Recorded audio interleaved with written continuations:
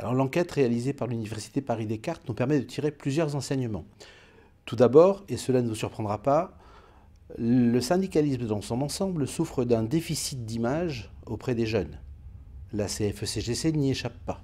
À ce déficit d'image s'ajoute un manque de notoriété de la CFE-CGC, peu présente dans les médias, et dont les jeunes méconnaissent les valeurs, celles qui font notre différence. Pourtant, les jeunes sont prêts à s'engager dans des actions dans lesquelles ils croient et pour lesquelles ils pensent avoir une vraie valeur ajoutée. Alors, soulignons toutefois un aspect original qui a été mis en évidence au travers de l'enquête. Lorsque les jeunes sont embauchés, peu après leur date d'embauche et pendant une période de 7 à 8 ans, ils vivent une parenthèse enchantée, une période professionnelle où ils s'impliquent complètement dans leur vie professionnelle. Il est très dur d'arriver à les capter pendant cette période d'un point de vue syndical. Il faut soit les attraper avant la période, avant la parenthèse enchantée, soit pouvoir attendre après.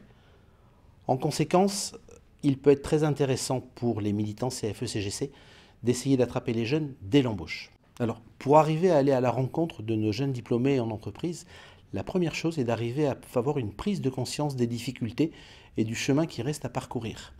Savoir se poser les bonnes questions, savoir accepter les questions qui grattent, comme on dit, et pouvoir se remettre en cause. En d'autres termes, il ne faut pas rester dans un confort. Cette enquête est un des éléments de cette nouvelle prise de conscience. Ensuite, plus encore qu'avec des anciens salariés, il ne faut pas attendre que les jeunes viennent à nous. Ils ne vont pas venir nous chercher, c'est à nous d'aller sur le terrain et d'aller vers eux.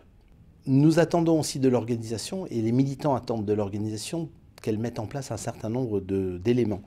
D'abord, il faut pouvoir adapter nos modes de communication pour que les jeunes trouvent un canal ouvert entre les vieux syndicalistes et eux. Nos messages, l'évolution de nos messages, l'évolution de nos supports est absolument indispensable. Ainsi, nous avons parmi nos sections syndicales des initiatives locales pour trouver de nouveaux modes de communication, pour arriver à capter les jeunes, à les toucher, par exemple avec des réseaux sociaux professionnels comme LinkedIn, bien plus intéressants que du Facebook, ou bien l'utilisation de supports vidéo, notamment avec l'assistance et l'aide de la communication de la Fédé. Ces supports vidéo très utiles et très prisés pour les campagnes électorales, particulièrement en cette année 2019. Ainsi, le vieux tract devrait être relégué aux oubliettes. Alors même si cette enquête Paris-Descartes a quelques années, il reste encore beaucoup de matière à travailler pour la nouvelle mandature.